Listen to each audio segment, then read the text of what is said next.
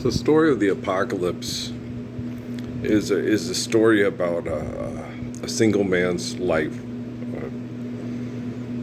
And its focus is made necessary by people being selfish and not accepting in the past that which is not selfish. You're not accepting faithful love, not accepting the truth. And truth is, life's eternal and grace is infinite. And that's truth. That's not hard. Okay. Once you understand life's eternal and grace is infinite, then truth as you continue through existence requires, for life of sacrifice, it requires observing and understanding the natural laws in order to sustain the life of sacrifice through it's sexual reproduction. Cloning yourself is not the natural laws. Taking your cells and reproducing yourself in a lab, okay, is not the natural laws in which you were given, okay, to create the lab and clone yourself. It's not evolution, it's evil, okay? There's no meaningful relation. You act like Sheldon's character on The Big Bang Theory, okay? And we all need sexual contact and sexual interaction. It's very healthy for us, okay? Now, with Sheldon may not think it's healthy because of emotional, he's millions of years in the making, okay? So you have a guy who's obsessive and compulsive and socially awkward. And the original competition, like Dennis Quaid and Ringo Starr and Barbara Bach and John McTuesday, is sexual procreation. Okay. That's the original competition. Is people, John Nash fighting the hot blonde at the end of the bar, right? Which is stupid. If a woman makes you compete for access to sexual reproduction, that's the last person you want to have sex and have children with. Okay. If she puts you into a contest with others, if she can assess and decide and, you better silently decide, pick up on one and let the other one ride. She can make up her mind. Okay. That's a good thing. I had that with the spirit of Lauryn Hill, connecting to King David. That's the one I want. Good. And that's, the son was that's a good quality in a woman. But watch her, she's very ambitious. Okay. A lot like Sheba. Yeah, Sheba's very ambitious, And ambition is destructive. Needs. Okay.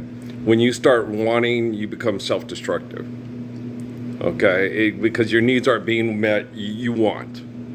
And then when you want and your needs aren't being met, then you become competitive and you become self-destructive. Okay. Boy, I gotta go wash down the house. I haven't done it yet. And this is my life is a life-altering event, and we knew this. Krishnamurti's was too. Haile Selassie. I read this. The stuff I got up when I was feeling crappy from the pesticide. Oh boy, And Alan Watts. I really like Alan Watts. We don't have a lot of in-depth conversation. It's more of a listening, because he's too busy having to talk to justify his intellect to his peers who are academics, and I can't stand academics. I practically loathe them. Okay. And I know Professor Barnes. I adored Professor Barnes. I adored Professor Laverine. Okay. And I adored Professor Simpson and Professor Torres. And yeah, I adored a lot of my professors. I did completely, still do. Okay. I still love Anastasia and Laverine. She's like family. Okay.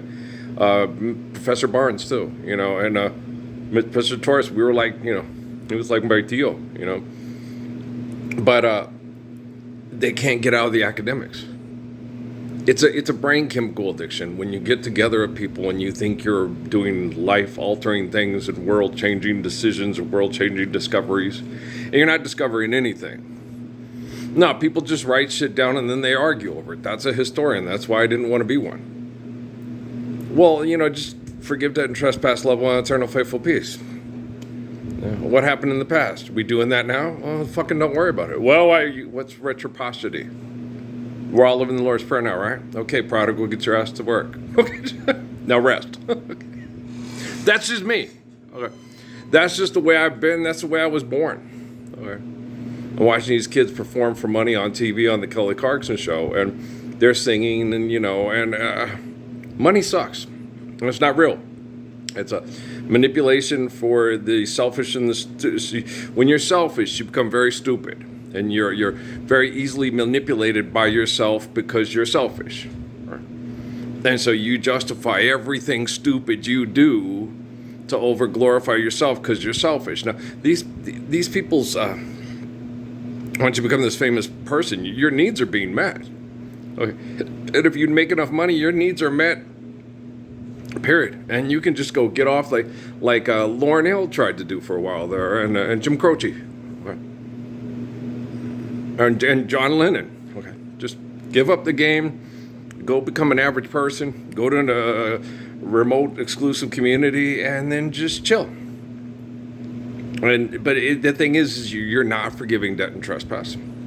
You're not standing up for the love of Lord Selassie. You're not standing up for the wisdom of Judy Krishnamurti. Okay, you're not standing up for people that sacrifice their entire existence to give human beings absolute freedom from competition and delusions of human success and authority.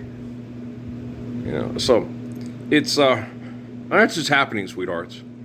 I'm uncomfortable, and they keep telling me that too. You're going to be uncomfortable till the people in close proximity to you are exterminated by their technology. Okay, and that's just the way it is. And I'm Trigger.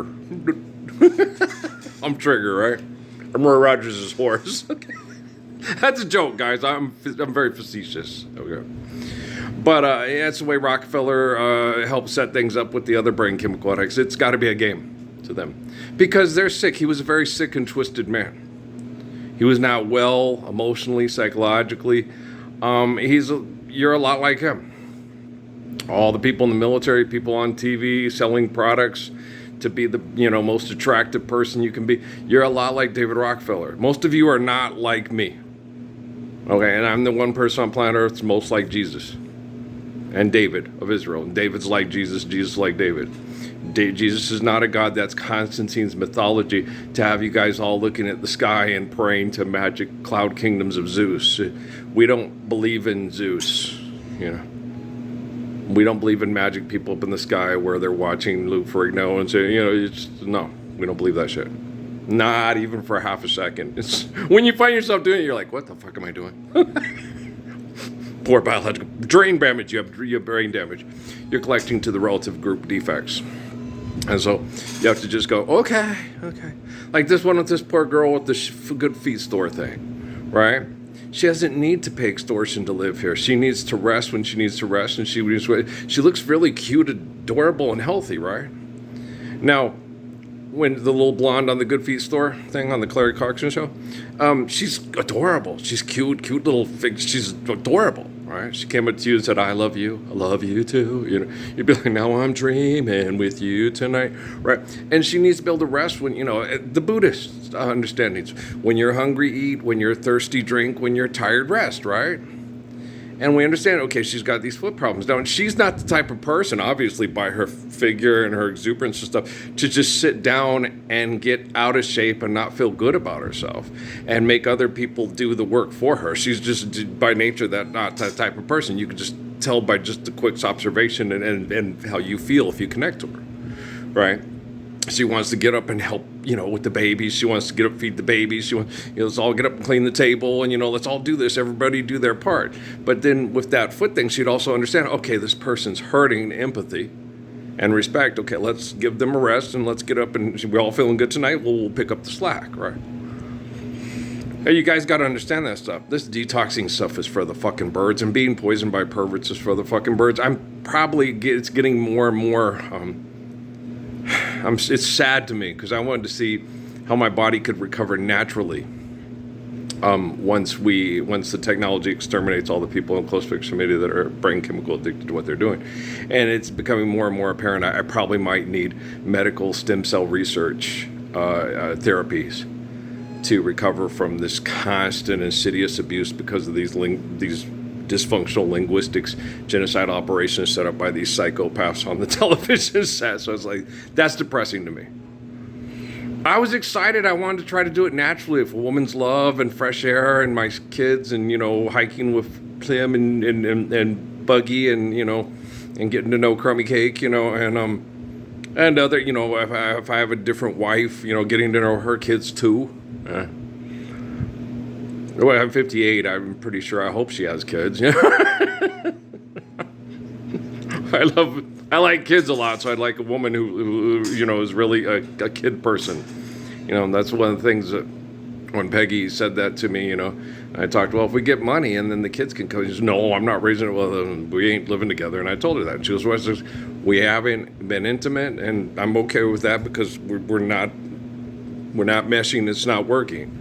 And you don't want to raise kids, and I want grandkids, great-grandkids. Bring all the grandkids. You two go have a good time. Come back in a week. That's just me. I'm just that way. What are you going to do? Fun stuff. It's grandpa timer. So, I'm just not the type to give my time away with children for brain chemical addiction. That's just stupid, right? Okay, I'm going to go. I got more work to do around here and recovering. Yeah, surviving and recovering. It's hard to do when you got a bunch of chemical poisoners around thinking they're brilliant. Okay, I love you.